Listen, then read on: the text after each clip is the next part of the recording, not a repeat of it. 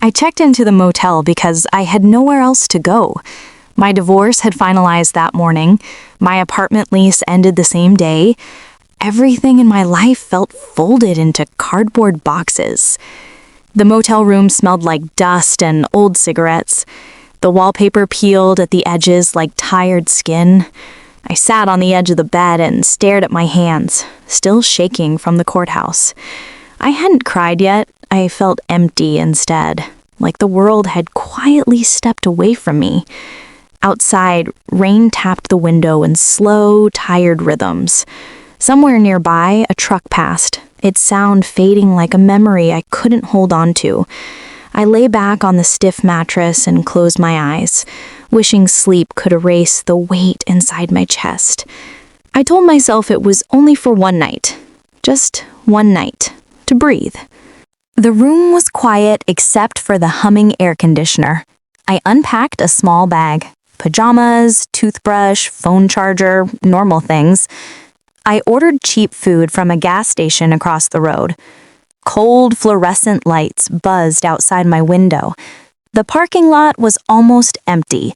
One red pickup truck sat under a flickering lamp.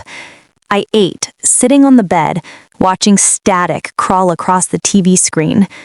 Every few minutes, headlights swept across the curtains as cars passed on the highway. At exactly 10:17 p.m., I heard something outside my door, just a soft shuffle, like someone shifting their weight. I froze, listening. The sound stopped. I waited. Nothing else happened. I told myself it was another guest. The walls were thin. Old buildings made strange noises at night. Still, I locked the door and checked the deadbolt twice before lying down. I woke to the sound of knocking, slow, careful. 3 soft taps. I checked my phone. 2:13 a.m. My throat felt dry. I didn't move at first. The knocking came again. Same rhythm. I finally asked, "Who is it?" No answer. I crept to the door and looked through the peephole. The hallway was empty. Yellow light, stained carpet, no one there. I stepped back, my heart thudding. I told myself someone had knocked on the wrong door. Drunk, confused. I went back to bed. 2 minutes later, the knocking returned, louder this time, more impatient. I didn't answer. I didn't move. The sound stopped suddenly. Silence rushed back in, heavier than before. That was when I heard breathing, not mine, on the other side of the door. The breathing continued for a full minute, slow, wet, right against the door. I covered my mouth so I wouldn't make a sound. My chest burned from holding my breath. Then, just like that, it stopped. I sat there long after, ears straining for anything. Nothing but the air conditioner again. I didn't sleep after that. Every shadow in the room felt thicker. Every sound felt closer. At 3:40 a.m., I heard footsteps in the hallway. They stopped directly outside my door. I watched the thin line of light under the door. A shadow blocked it. Someone was standing there, completely still. I whispered, "Please go away." The shadow didn't move. Then it slid to the next door, slow, dragging, like whatever it was didn't walk the same way people do. Morning came like a lie, pale sunlight through dirty curtains. I told myself the night had played tricks on me. I took a shaky shower and tried to feel normal again. On my way out, I stopped at the front desk.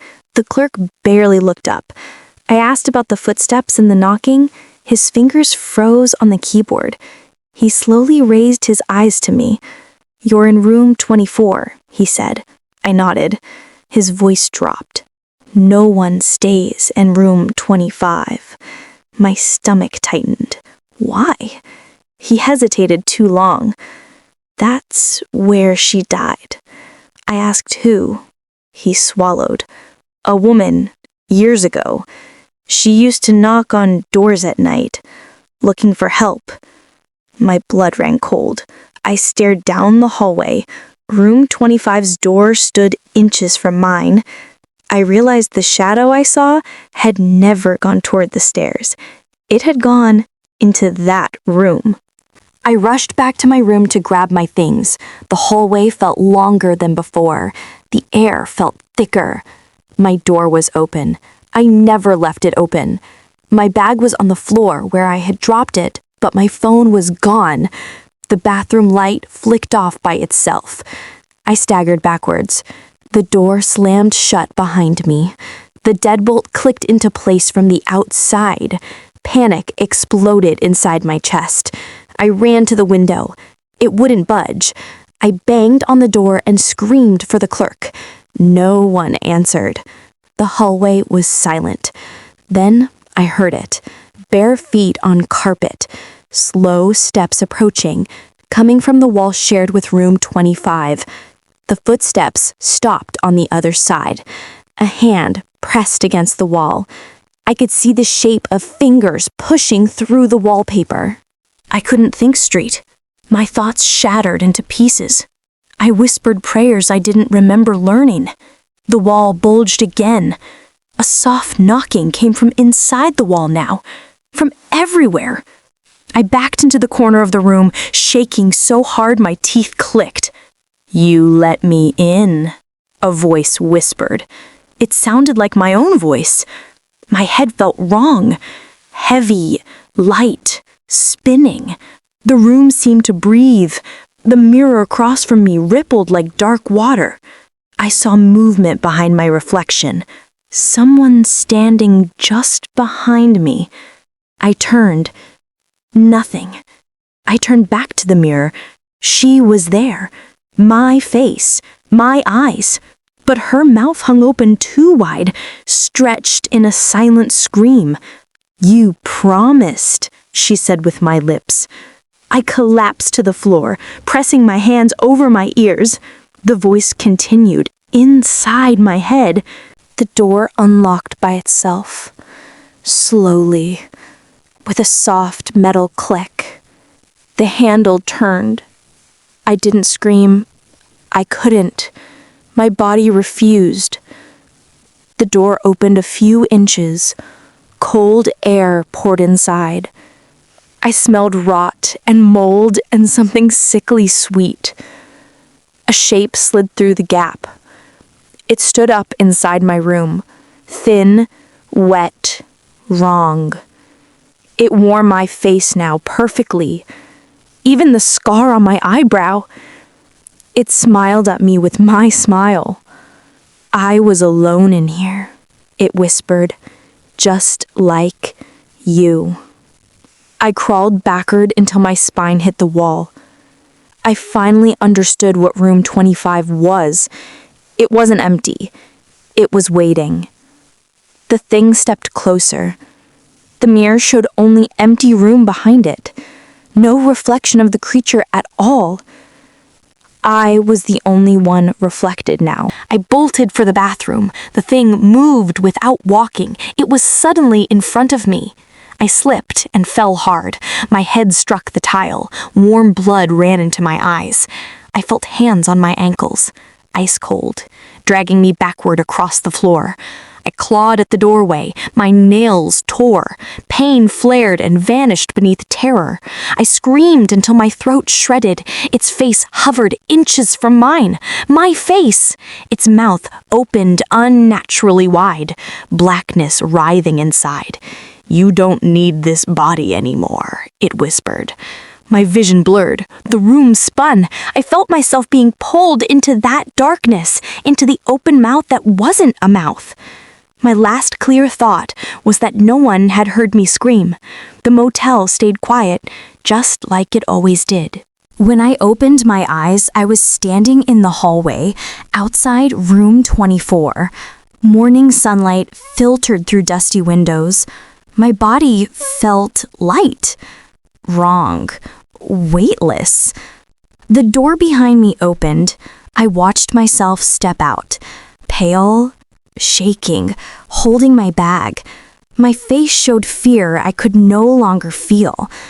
The clerk spoke to me with concern. I wanted to warn myself. I wanted to scream. I pounded on the wall. No sound came. I followed myself down the hallway, trapped inches behind. When I opened my eyes, I was standing in the hallway, outside room 24. Morning sunlight filtered through dusty windows. My body felt light, wrong, weightless. The door behind me opened. I watched myself step out, pale, shaking, holding my bag.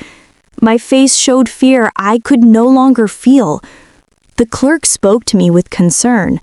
I wanted to warn myself. I wanted to scream. I pounded on the wall. No sound came. I followed myself down the hallway, trapped, inches behind my own life. I understood then. I hadn't survived. I had been replaced. Room 25's door creaked open beside me, and I felt something behind me now. Breathing, the same wet breathing I once feared. My mouth moved without permission. My voice echoed softly down the hall. 3 slow knocks followed, looking for the next door, looking for the next me.